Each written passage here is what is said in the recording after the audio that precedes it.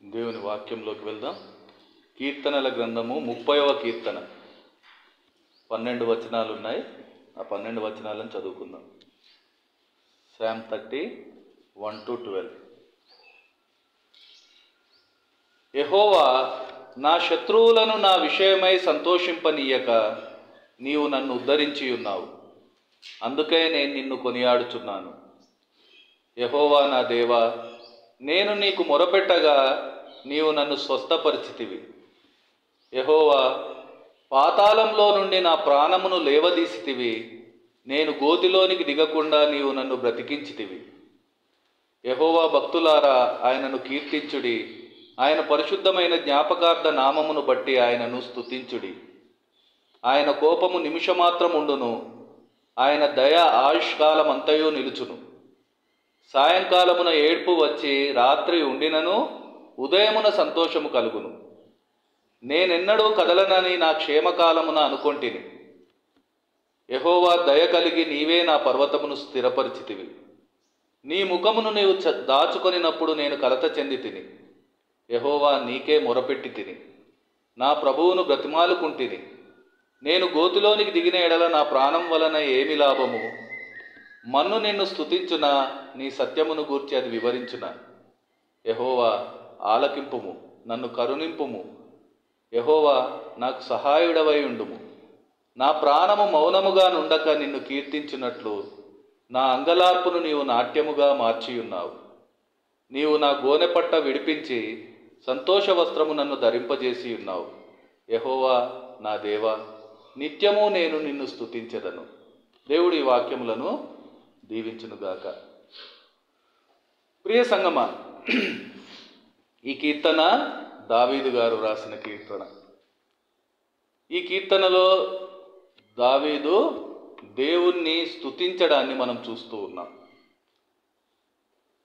అంతేకాదు, మనం 4వ వచనంలో చూస్తే ఆయన స్తుతించడంతో పాటు దేవుణ్ణి ఎరిగిన వారికి, అంటే వాక్యంలో చెప్పబడినట్టు ఆయన భక్తులను కోరుతూ ఉన్నారు. ఏమని? మీరందరూ యెహోవాను స్తుతించండి. ఈ కీర్తన సందర్భాన్ని పైన మనం చూసినట్లయితే గృహ ప్రతిష్టాపన కోసమని ఒక మాట మనం అక్కడ కనబడుతుంది తెలుగులో. అంటే మన హృదయాలను దేవుని కోసం సిద్ధం చేసుకునే ఒక పరిస్థితి. అదే దేవుణ్ణి ఆరాధించే పరిస్థితి, దేవుణ్ణి స్తుతించే పరిస్థితి. ఈరోజు ఈ పని చేయడానికి మనము ఇష్టపడతాం. యెహోవా భక్తులారా, ఆయనను కీర్తించుడి. ఆయన పరిశుద్ధమైన జ్ఞాపకార్థ నామమును బట్టి ఆయనను స్తుతించుడి అని మనం అక్కడ చూస్తూ ఉన్నాం. ఒక మనిషి ఏదైనా ఇతరులకు చెబుతూ ఉన్నాడు అంటే అది తాను అనుభవిస్తేనే చెప్పగలుగుతాడు. ఈరోజు దావీదు తన పట్ల ఉన్న దేవుని కృపను, ఆయన ప్రేమను, ఆయన కాపుదలను సమస్తము అనుభవించిన వాడిగా దానిని బట్టి దేవుణ్ణి స్తుతించే ఒక పరిస్థితి మనం ఈ కీర్తనలో చూడవచ్చు. మనము మొదటి 3 వచనాలను మనం గమనిస్తే అక్కడ మనకేమర్థమవుతుందంటే దావీదు రోగగ్రస్తుడైనట్లుగా అతని యొక్క మాటలను బట్టి గమనించవచ్చు. అది ఎలాంటి రోగము అనేది చెప్పబడి ఉండలేదు, కానీ ఆయన రోగగ్రస్తుడుగా ఉన్న పరిస్థితిని మనం చూస్తూ ఉన్నాం. అతనికుండే ఆ రోగాన్ని బట్టి అతని శత్రువులు సంతోషించే ఒక పరిస్థితి అక్కడ చూస్తూ ఉన్నాం. అయితే ఆ పరిస్థితుల్లో దావీదు దేవునికి మొరపెట్టినట్టుగా చూస్తూ ఉన్నాం. దేవుడు ఆయన ప్రార్థన ఆలకించి అతన్ని స్వస్థపరిచినట్టుగా, గోతిలోనికి పోకుండా ఆయన ప్రాణాన్ని దేవుడు కాపాడినట్టుగా, బ్రతికించినట్లుగా, అందును బట్టి దావీదు దేవుణ్ణి తనకిచ్చిన స్వస్థతను బట్టి స్తుతించడాన్ని మనం చూస్తూ ఉన్నాం. ఈరోజు మన జీవితంలో కూడా ఇలాంటి అనుభవాలు ఎన్నో ఉన్నాయి. రోగాలు, వ్యాధులు మనలను పీడిస్తూ ఉన్నాయి. శారీరకంగానే కాకుండా అనేక మానసిక, ఆత్మీయ రోగాలు మనలను కృంగదీస్తూ ఉన్నాయి. దేవుని పిల్లలమని చెప్పుకునే మన జీవితంలో ఇలాంటి పరిస్థితిని చూసి శత్రువు సంతోషించేవానిగా ఉంటూ ఉన్నాడు.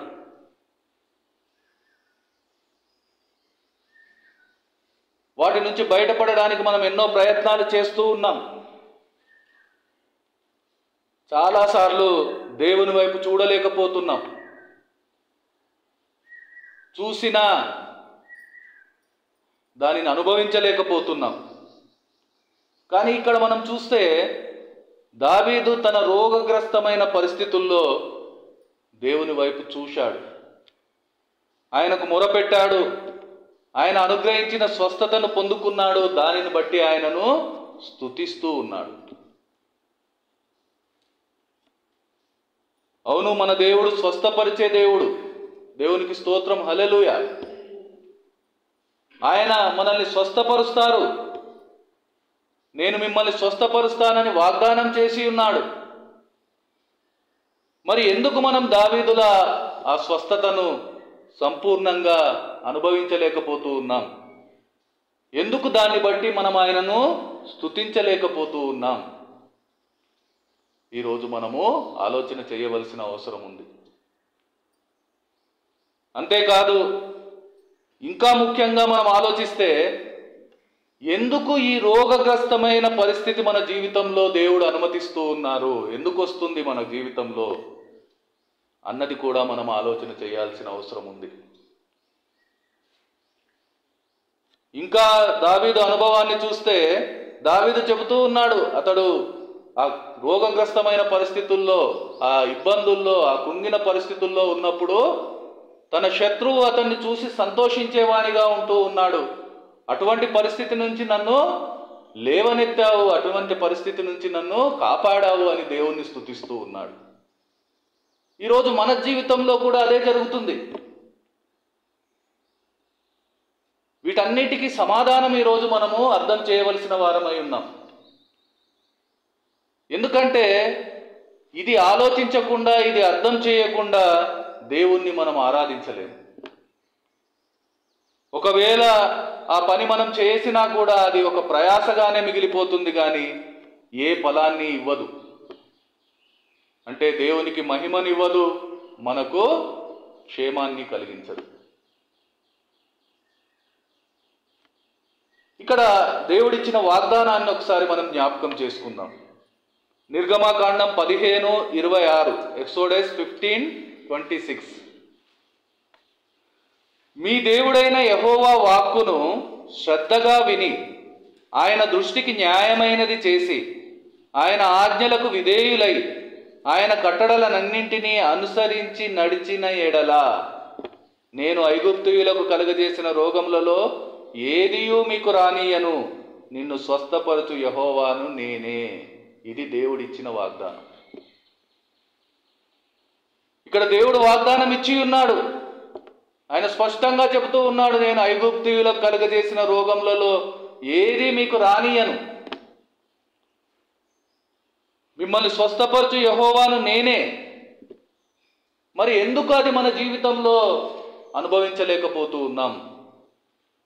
ఆ వాగ్దాన నెరవేర్పు ఎందుకు మన జీవితంలో జరగడం లేదు అంటే, ఆ వాగ్దాన నెరవేర్పుకు అనుకూలంగా, అంటే వాక్యంలో సెలవిచ్చినట్టు మీ దేవుడైన యెహోవా వాక్కును శ్రద్ధగా విని ఆయన దృష్టికి న్యాయమైనది చేసి ఆయన ఆజ్ఞలకు విధేయులై ఆయన కట్టడలనన్నింటినీ అనుసరించి నడిచిన ఎడల అనే ఒక మాటను మనము ఈరోజు అర్థం చేయాలి.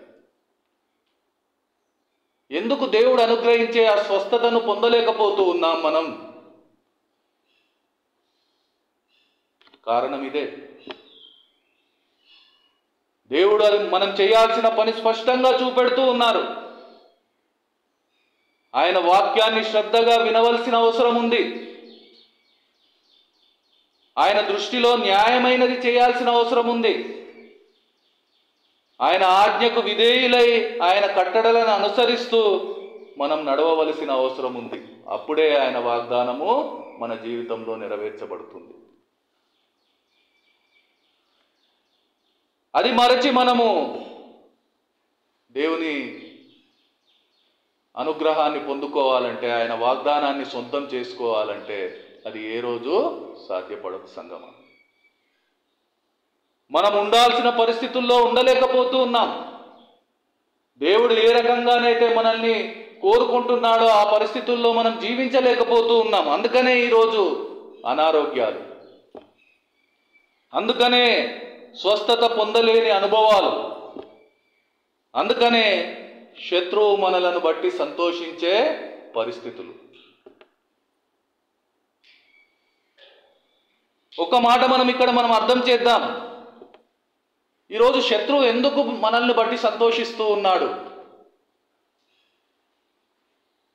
దేవుని వాగ్దానం పొందలేని వారంగా మనం ఉంటూ, దేవుని చేతులు మనమే కట్టేస్తూ, ఆయన అనుగ్రహించే స్వస్థతను అనుభవించలేని మన జీవిత విధానం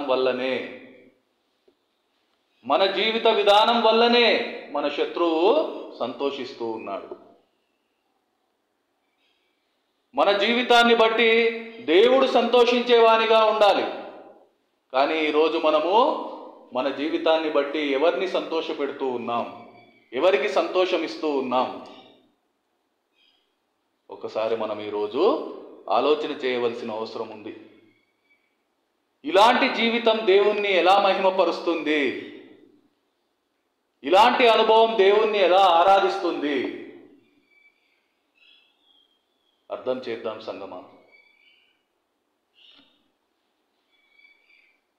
6 నుంచి 10 వచనాలను మనం గమనిస్తే అక్కడ ఏం చూస్తూ ఉన్నామంటే, నేనెన్నడూ కదలనని దావీదు తన క్షేమకాలంలో అనుకున్న పరిస్థితి కనబడుతుంది మనకు.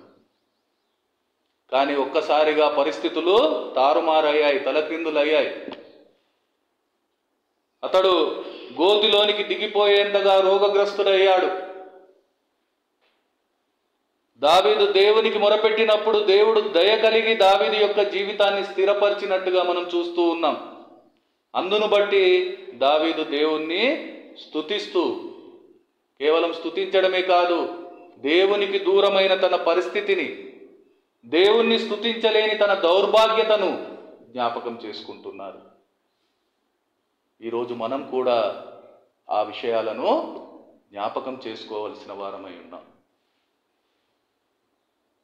ఈరోజు మనం కూడా అన్నీ మంచిగుంటే దేవునితో నాకేమి పని, అలాగే జీవిస్తూ ఉన్నాం. మనం అనుకుంటున్నాం ఎప్పటికీ ఇట్లానే ఉంటామని. కానీ ఒక్క విషయం మర్చిపోతూ ఉన్నాం. అవును, మంచిగా ఉన్నాం మనం. ఆ మంచిగా ఉండే పరిస్థితి ఇచ్చింది ఎవరు? దేవుడే కదా. ఆ పరిస్థితి తలక్రిందులై బాధపడే పరిస్థితి ఇచ్చేది కూడా ఆయనే కదా. ఇది ఎందుకు అర్థం చేయలేకపోతున్నాం? దేవుణ్ణి మర్చిపోతున్నాం. కానీ నిన్ను నన్ను స్థిరపరిచింది ఆయనే. నిన్ను నన్ను ఈ మంచి సమయం ఇచ్చింది ఆయనే. నీకు నాకు ఈ మంచి సమయం ఇచ్చింది ఆయనే. అదే దావీదు గుర్తు చేస్తూ ఉన్నాడు. యెహోవా దయ కలిగి నీవే నా పర్వతమును స్థిరపరిచితివి. ఈరోజు నువ్వు అనుకుంటున్నావేమో, నువ్వు ఉన్న పరిస్థితి ఇంకేదో కారణం అని అనుకుంటున్నావేమో.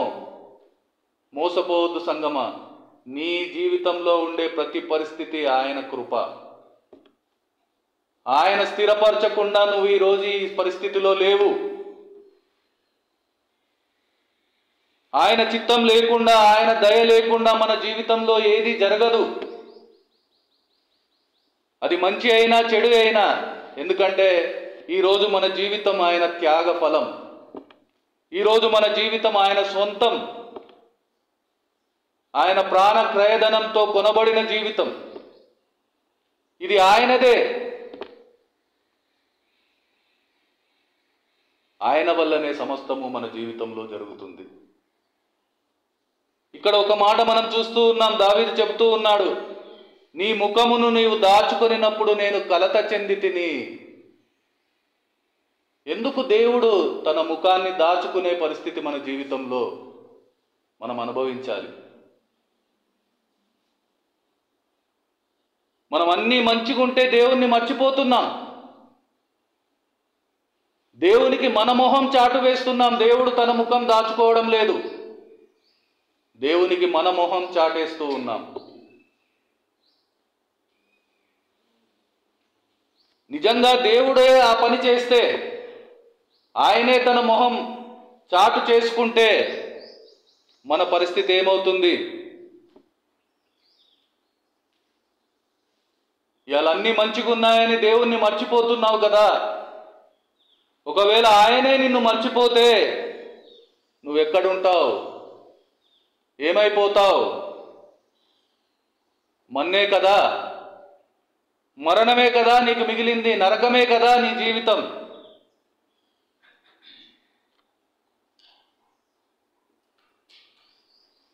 ఒక్కసారి ఆలోచన చేద్దాం సంగమా. నువ్వెంత మర్చిపోయినా, ఎంత నీ ముఖం దాటు వేసినా, చాటు చేసినా, ఆయన నీవు మరిచినా, నువ్వు విడిచినా, నిన్ను మరువక విడువక ఎడబాయక నిన్ను కాపాడుతున్న దేవుని కృప నిజంగా నీవు ఈరోజు అర్థం చేశావా?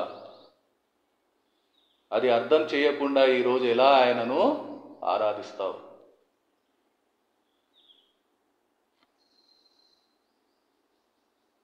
చివరి వచనాలను మనం గమనిస్తే, దావీదు చనిపోయే స్థితికి వచ్చాడు.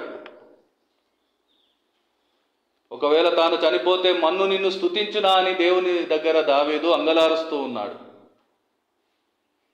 దేవుని గూర్చిన సత్యమును వివరించినట్లుగా తనను బ్రతికించమని వేడుకుంటున్నాడు.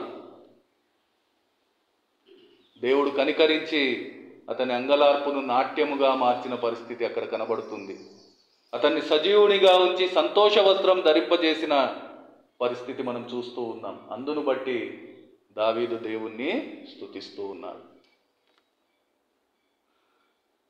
ఈరోజు మనం కూడా అలాంటి పరిస్థితుల్లోనే ఉంటూ ఉన్నాం. చేయకూడనివన్నీ చేస్తున్నాం. దేవుడు చేయమన్నది ఏది చేయడానికి మనకు మనసు లేదు. దేవునికి విరోధమైనవి, దేవునికి అయాసమైనవి అన్ని ఆలోచనలు మన హృదయంలో ఉంటాయి, మన మనసులో ఉంటాయి.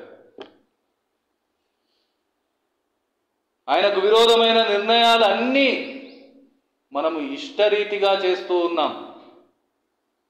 ఏ భయము, ఏ జంకు లేకుండా చేస్తూ, కష్టాలు కొని తెచ్చుకుంటూ దేవునితో నిష్ఠూరం ఆడుతూ ఉన్నాం. ఇంకా ఆయన ఏమీ చేయడం లేదు మన కోసం, ఆయన మనల్ని పట్టించుకోవడం లేదన్నట్లు నిష్ఠూరం ఆడేవారిగానే ఉంటూ ఉన్నాం. నిజంగా ఇది ఒక రకమైన బ్లాక్మెయిల్. అయినా కూడా ఆయన కనికరం అవన్నీ విడచి నిన్ను నన్ను సంతోషింపజేస్తుంది. ప్రతి దుఃఖకరమైన పరిస్థితిని సంతోషంగా మారుస్తుంది. మరణకరమైన స్థితి నుంచి సజీవులుగా మనల్ని లేవనెత్తుతుంది. నిజానికి మనం ఆయన ఉగ్రతకు పాత్రులం, కానీ ఆయన కృప, ఆయన కనికరం, ఆయన దయ ఈరోజు మనలను కాపాడుతుంది. అదే మనం 5వ వచనంలో చూడవచ్చు. ఆయన కోపము నిమిషమాత్రం ఉండును, ఆయన దయ ఆయుష్కాలమంతయో నిలుచును. ఇది కదా నిజంగా మన భాగ్యం. ఇది కదా నిజంగా మన అదృష్టం. ఇది కదా నిజంగా మనం ఆరాధించవలసిన అవసరం. ఇది కదా మనం ఆయనకు కృతజ్ఞతలు చెప్పవలసిన సందర్భం. ఆయన కోపము నిమిషమాత్రముండును, ఆయన దయ ఆయుష్కాలమంతయు నిలుచును. అదే ఈరోజు మనల్ని బ్రతికిస్తుంది. ఏ సందేహము లేదు, మనమందరము ఆయన కోపానికి పాత్రులమే. ఆయన కోపం నిమిషం కాదు, క్షణమున్నా మనం తట్టుకోలేము, నశించిపోతాం. ఆ కోపాగ్ని జ్వాలలో మాడి మసైపోయి నశించిపోతాం, నరకానికి వెళ్తాం. కానీ ఆయన దయ, మనం ఈ లోకంలో బ్రతికున్నంత కాలం, మన ఆయుష్కాలం అంతయు ఆయన దయ మనతో ఉంచుతూ ఉన్నారు. ఆయన కృప మనతో ఉంచుతూ ఉన్నారు. అందుకనే మనం బ్రతుకుతున్నాం. దేన్ని బట్టి నీ అతిశయం? ఎవరిని బట్టి నీ అతిశయం? ఎందుకు నీ అతిశయం?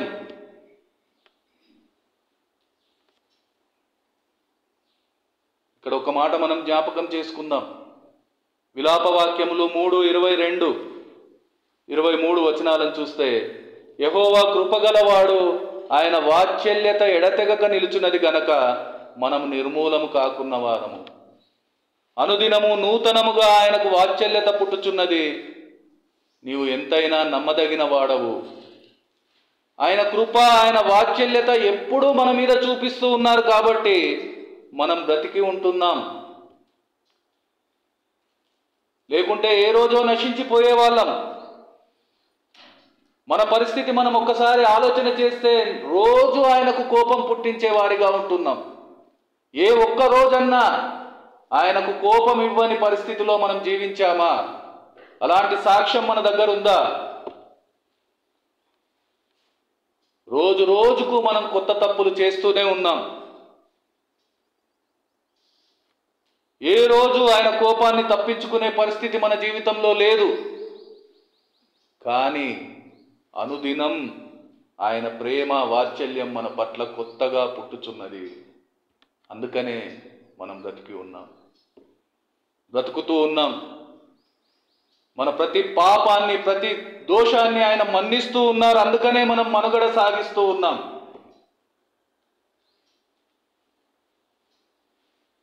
ఇంకొక విషయం మనం ఇక్కడ గమనించాలి. అదేంటంటే, దేవుడు న్యాయవంతుడు. శిక్ష విధించేవాడు. అదైతే తప్పదు. ఆయన కోపం నిమిషమున్నా, ఆయన దయ మన ఆయుష్కాలం ఉంచినప్పటికీ ఆయన శిక్ష మాత్రం మనం అనుభవించక తప్పదు.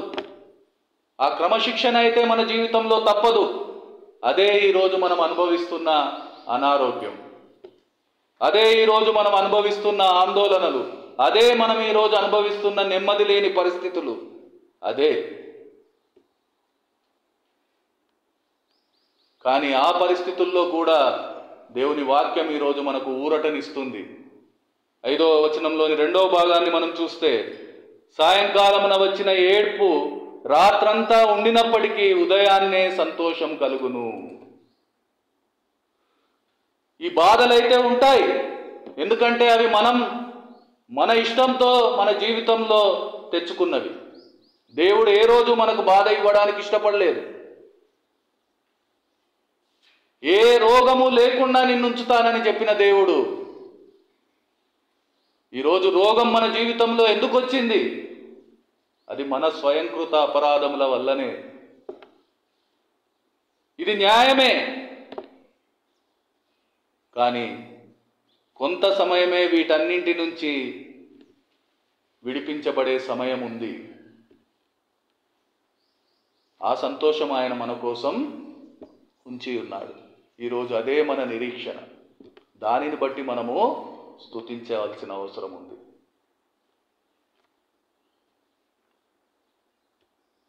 ఒక్కసారి ఆలోచన చేద్దాం సంగమా, అర్థం చేద్దాం సంగమా.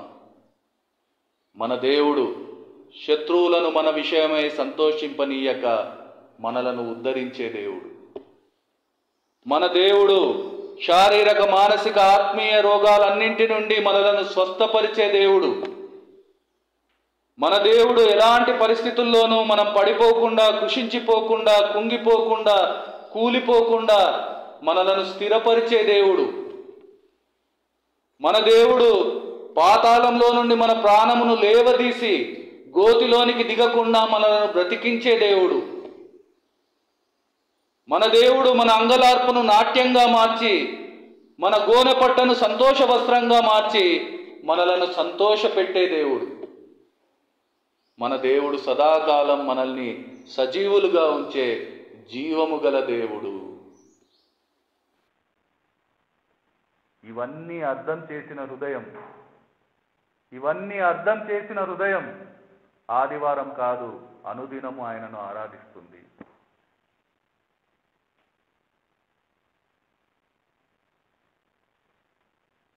అనుదిన ఆరాధన ఎప్పుడు చేయగలుగుతాం మనం? దావీదు మనకు నేర్పిస్తూ ఉన్నారు. దావీదు అనుభవం ఈరోజు మన ముందుంది. ఆ అనుభవంలోకి మనం ఏ రోజు వస్తామో ఆ రోజు నుంచి దేవుణ్ణి అనుదినము ఆరాధించే వారిగా ఉంటాం. అలాంటి స్థితి కోసం ఈరోజు ఆయన ముందర వేడుకుందాం. అలాంటి ఆరాధన చేయడానికి మన జీవితాలను సిద్ధం చేసుకుందాం. ఆరాధన చేసుకుందాం.